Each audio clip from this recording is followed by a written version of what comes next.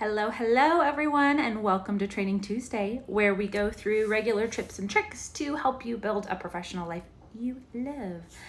And this week we are talking about the idea of dissonance because I recently did a client wrap up with a client of mine named Catherine, who in her wrap up we say, where were you at before this and where are you at now and all those fun things. And one of the things she talked about was she said, when we started working together, a big theme that was coming up for me was dissonance. And she said that she had been, journaling for years to help process things, and that when she looked back at her journals, a big theme was dissonance, of this gap of technically things are fine, on paper things are fine, I know I have a good job, I'm grateful for it, and I still feel like something is wrong. And I just wanted to share that this week because I think this is a really common thing for a lot of people, and the majority of folks who I work with when they reach out to me are because they're in this place of this feeling, dissonance in their career of technically it's good, technically it checks the boxes, and it just feels off.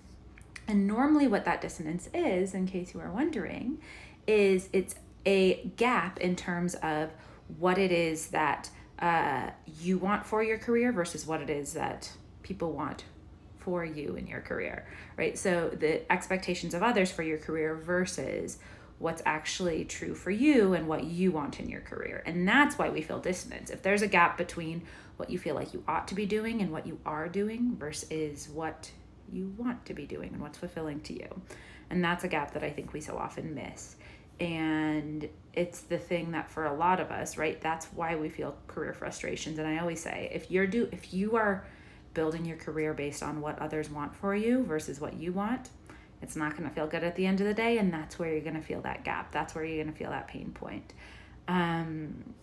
So I just wanted to share that with you this week, this idea of dissonance. And I'd be curious to hear for any of you if you feel that friction in your career, because if so, it could be that gap in what you want versus what others want for you. And if that's the case, the only way to solve it is to start building a career around what you actually want, because you can build it around others all day long and it's not going to actually scratch the itch that you have. So that is my 2 cents on dissonance this week. I wanted to share that with you because I thought it was just such a lovely kind of thing in her testimonial to share. It was really helpful to hear that term because I hadn't described it that way before. And I think that's exactly what it is.